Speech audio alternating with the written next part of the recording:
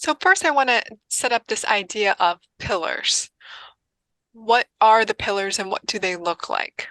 For public administration, traditionally, they would have specific values that would guide our work. Historically, we would have 4 values: economy or economic,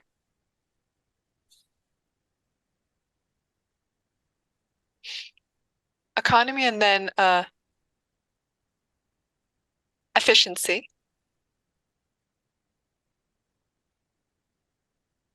effectiveness,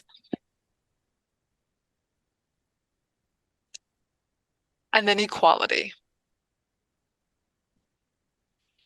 Economy, what that means, it means using our resources to make things run smoothly. Efficiency, we're setting up a specific goal.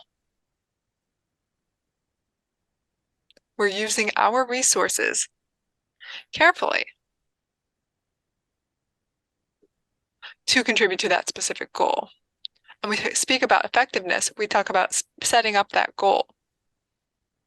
And if we've achieved that goal, that's when it's effective. When we talk about equity, services and programs and standards should be the same all around. So those are the traditional values. And then we talk about the word pillars. We're having this word pillars be applied to this situation. We're setting up almost a foundation.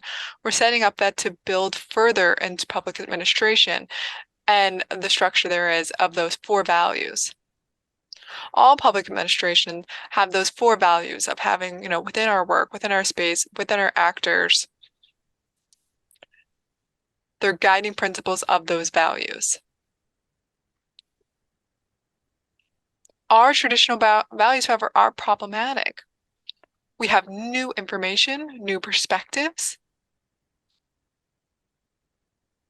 We see now we can't continue with our government being the same old nonprofit service. We need to change the way things are. We need to correspond to the people and the citizens today.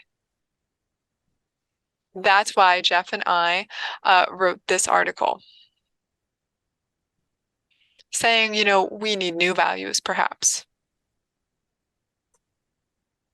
We need to recalibrate our values to better adhere to the current times. We talked about values of ethics. We talked about empathy, equality, engagement as well. And engagement was the second one that was missed. I'm a fairly new signing, so my signing might be a little bit awkward, but thank you again for that clarification and understanding my work.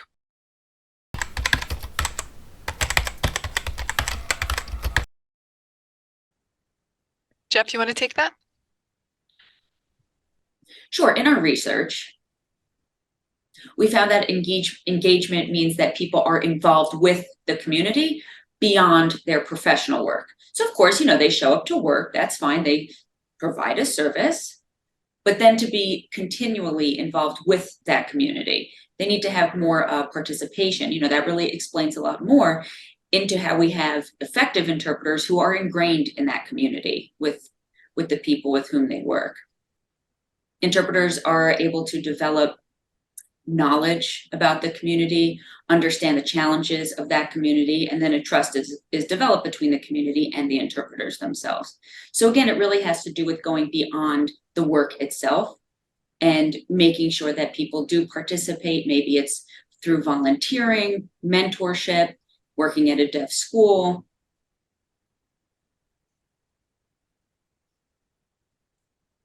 Sometimes interpreters will actually volunteer their services for certain events, like a funeral, for example, and that really shows that they're investing their time and dedication to the community that they serve. When COVID-19 happened, of course, we ended up seeing that engagement was a little bit different for everybody, right? We weren't able to socialize as we used to and engage with other people as we used to, so a lot switched to virtual the virtual world, right? A lot happened through Zoom. And so people were trying to connect that way, and interpreters still were utilized in order to connect people with information.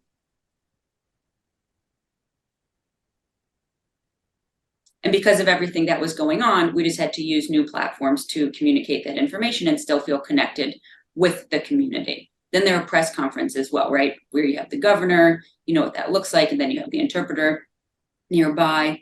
And a lot of that is important information. It's life or death, right? So there seems to be a that is an important time to have interpreters so that information can be communicated effectively.